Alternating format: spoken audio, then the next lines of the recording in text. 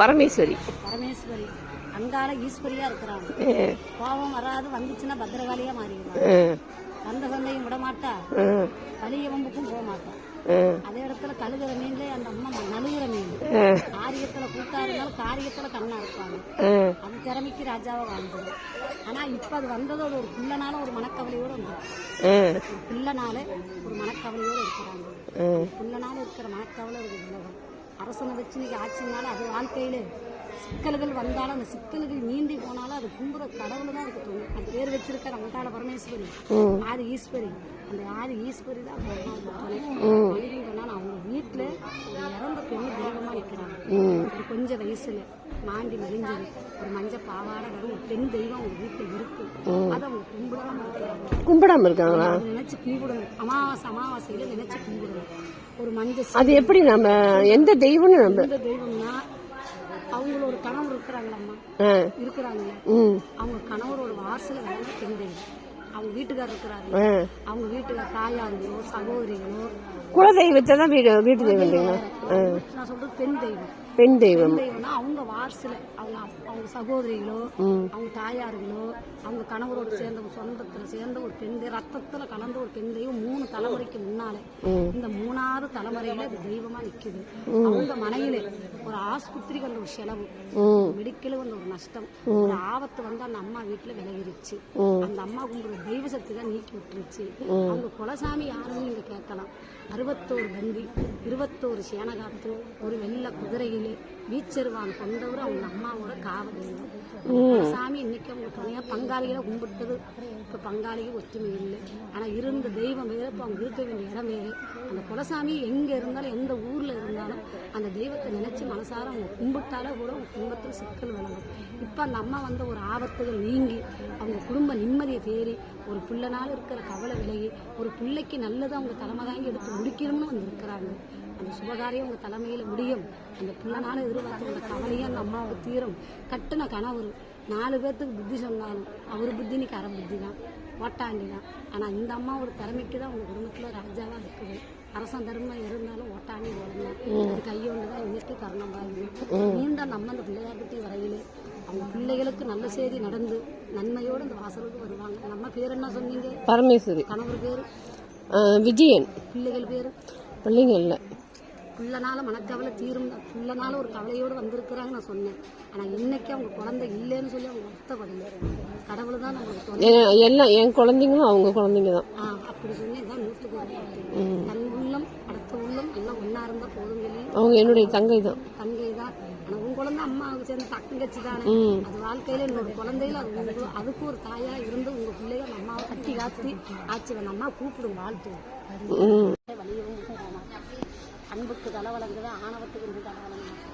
செய்யணும்னு உன் மனசு பட்டாதான் அந்த காரியமே செய்யணும். செய்யக்கூடாதுன்னு மனசு பட்டா நீ செய்யாத காரியம். உடலையும் ஒரு உமையவளே இருக்கிறார். 16 கை கொண்ட என் தாய் பராசக்தி உனக்கு தனியாக நிற்கிறான். வெள்ளி செவ்வாய்க்கு உங்ககிட்ட வந்து விளையாண்டுட்டு போவான். அவன் உச்சரித்து கும்பிட்டுவான். உன் கணவர் வகையில் ஒரு இறந்த பெண் தெய்வமாக இருக்குன்னு சொல்லி ஒரு கொஞ்சம் வயசுல மாண்டி முடிஞ்சிடும். ஒரு மஞ்சள் பாவாட தாய் உன் மாமனார் வாசல் இறங்கின தெய்வம் அது தெய்வமாக நிற்குது. அமாவாசை நீக்கி அதை நினைச்சு உங்கள் கையில் கொண்டுட்டு வாமா.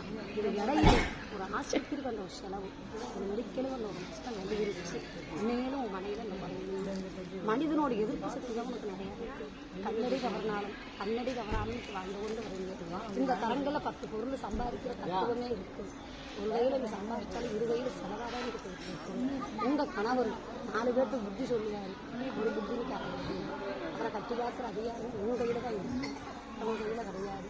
இன்னைக்கு செல்வம் இல்லைன்னு சொல்லி நீ வருத்தப்படல. அந்த தாயோட செல்வமே உன் செல்வம் கூட தான் இன்னைக்கு வாழ்ந்து கொண்டு வரும்.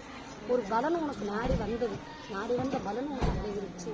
அந்த பலன் விலகினாலும் நீ கும்புற அந்த சக்தியோட அந்தரமும் உடல்ல இருக்கு. அந்த சக்தியோட ஆசீர்வாதம் இன்னைக்கும் துணையா இருக்கும். இன்னைக்கு இந்த கையினால எந்த காலையும் குடுக்கல் வாங்கணும் மட்டும் வெள்ளிக்கிழமை ஒரு நாள் உன் கையில இருந்து 1 ரூபாய் இருந்தாலும் கடனா கொடுத்து கடனா மட்டும் வாங்குறாங்க. இது அமைப்பில்லை. உங்க வார்த்தையில இருந்து துஷ்ட வார்த்தையிலோ ஒரு சாவ வார்த்தையிலோ அடுத்தவங்க நீ சொன்னீங்கன்னா அப்படியே கழிச்சிடும். நீ விளங்குற பராசக்தி உனக்கு தனியாக நிற்குது. இந்த பேர் என்னதாய்? பரமேஸ்வரி. பரமேஸ்வரி. அந்த அங்காள ஈஸ்வரியும் உனக்கு தனியாக இருக்கிறான்.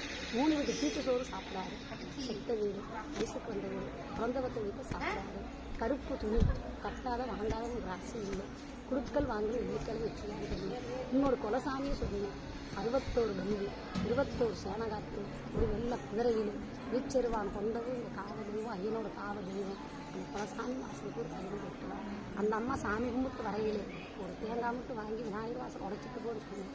உங்கள் கையினால் ஒரு 11 ரூபாய்க்கு 51 ரூபாய்க்கு கற்பூரம் சூடம் விட்டு வாங்கி சாமியை தூக்கி வெளியில் வந்தப்புறம் அந்த வடக்கு முகத்தில் அந்த கற்பூரத்தை கொடுத்துட்டு விநாயகா என விலகிரிச்சுன்னு கும்பிட்டுவோம். அந்த லட்சியமே விநாயகர் நிறைவேற்றாரு.